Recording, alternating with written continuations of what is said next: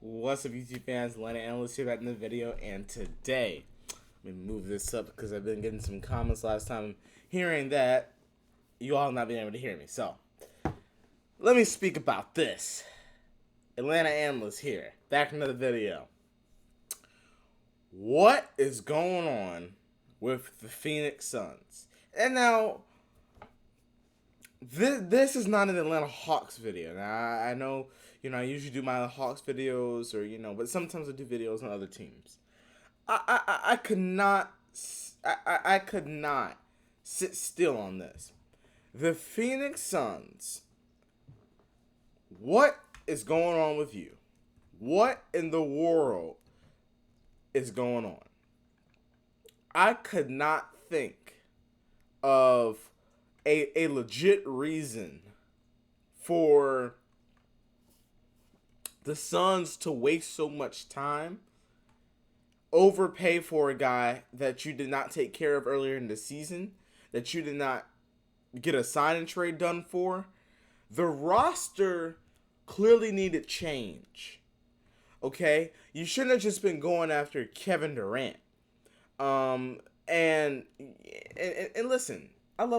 listen, I think the Suns are a good franchise. I think Monty Williams is a good coach. James Jones, their GM.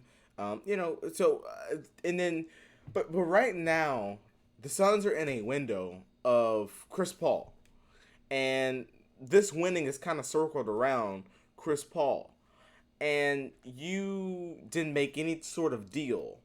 You have you have four tradable first round picks that you can use. You didn't make any deals to accumulate any trade exceptions. You didn't add any significant pieces in free agency. You added Josh Okogie, who won't get playing minutes, and Damian Lee. Like how are you supposed to get better? And you lost Aaron Holiday, Frank Kaminsky. So how did you make the roster better? By retaining Bismack Biyombo on a 1-year deal and bringing in Damian Lee and Josh Okogie. How did you make the roster better? It's frustrating to me because the Phoenix Suns they wasted a lot of time. You did very good. You extended Devin Booker. You'll have him for the next 6 years. Okay, you were forced to overpay for DeAndre Ayton instead of just taking back Miles Turner and Buddy Hield. Now you're looking at how can you improve. I've been seeing rumors about them getting Julius Randle, who I think would fit there. But they need to get active. If they want to, the Western Conference got significantly better, and if they don't get better, they could be very well at the bottom half of the Western Conference. They didn't make the roster better.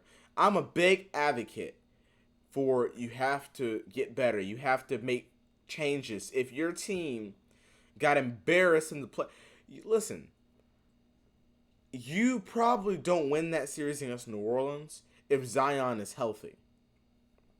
Kira Lewis Jr. healthy.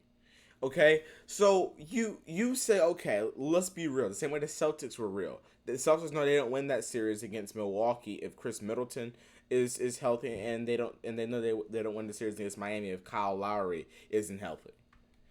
So what did the Celtics do? They said, okay, let's be realistic. Let's get better. We didn't win anything. Let's get better. They added Brogdon. They added Gallo. The Suns, you had a great regular season. You were the best regular season team in the NBA. Good.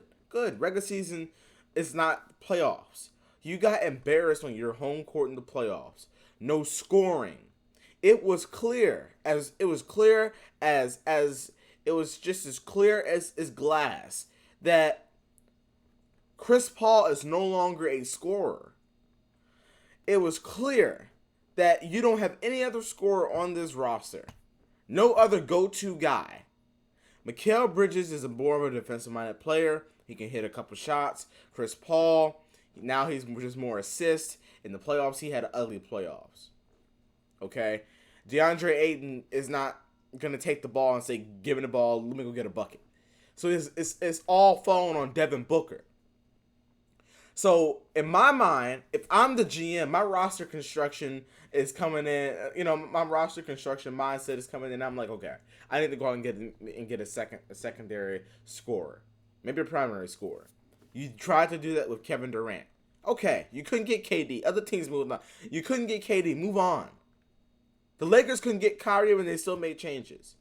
Every team in the league pretty much inquired about Kevin Durant, but it didn't stop them from making changes. The Timberwolves wanted Kevin Durant, but it didn't stop them from making changes. They made changes. They made additions. They made the roster better.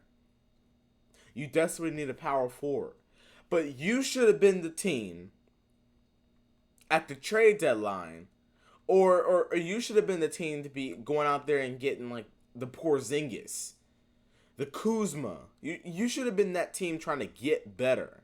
You need a secondary scorer. You need someone that can come in and hit a shot. You need someone that can ball handle. You need someone that can give you an extra boost besides Devin Booker. Find that, which is probably going to be hard now because a lot of teams are getting content with their roster. Find that and make the change. If not, Chris Paul is 37 years old and we're already seeing a decline. Let's be honest. Let's not hide it. Let's be honest. We're seeing a decline. We're seeing a steady decline with Chris Paul. So you have got to do everything in your power. You know that this is your window. Not necessarily even for Chris Paul, but you know that when Chris Paul leaves, you may or may not be in a good position. So what do you need to do? You need to get on the phone and you need to look around the league. You may need some guys that are not positional. You may need to go and see if Utah is willing to give you Donovan Mitchell for the assets you have. You have Mikal Bridges. Mikal Bridges, I don't want to hear, young talent. Mikal Bridges is actually older than Donovan Mitchell. So you need to put Mikal Bridges on the table, and you need to put Cam Johnson on the table. Now, I'm an advocate for keeping Cam Johnson. Okay? I am. Or maybe not even Cam Johnson. You need to put Mikal Bridges on the table, and you need to put Dario Saric on the table, who's an expiring deal. And what you need to do is trade for Donovan Mitchell. Use the 2023, 2025, 2027, and 2029 first round picks and go and get Donovan Mitchell. Go and get him. Go and get him. Yes, you're going to lose defense. You are. But this can't be the case to where you're going to run this roster back. You can't just run it back. Your team is not good enough to run back. I'm looking at this team. There's no secondary scoring, legit, reliable scoring. So when it gets playoff time and you need to go to a scorer, who are you going to? You can't go to Chris Paul, and that's no fault to him. He's had to carry a lot of the load throughout his career. You have a lot of good role players. DeAndre Ayton, he really should be around that third, fourth option. Devin Booker can be a number one option, but why not go out there? Go. You got to get small. You got to go smaller because it's all about available talent. Available talent. Who's available? Why not use 4 first-round picks on a 25-year-old all-star who can come right in and help you win the title? Because you're giving up a non-rotational player who's an expiring in Dario Saric, and then you're giving up Mikal Bridges, who the Jazz may try to look to build around for the future. And then you give them the 4 unprotected picks, which is what they've been looking for all along. If you have to give up Cam Johnson, don't let that prevent you. You're not going to re-sign him anyways. He's on a 1-year deal. Give up Cam Johnson and keep Dario Saric. And run Dario at the backup 4. But you're in a window right now. Maximize it. It was building up, and for me, and I'm a Hawks fan. I would always be a Hawks fan, but I'm always looking around the league, and I'm always looking at teams that can get better. I'm looking at how teams can get better. I'm looking at how the Hawks can get better. because hey, I guess that's a mindset for a person that in the future would be open to a front office opportunity. I'm always looking at ways that teams can get better and teams can maximize their time. And all the Phoenix Suns have to do is get a little active, go out there and get a score. So, if there's any new Phoenix Suns fans at the channel, please feel free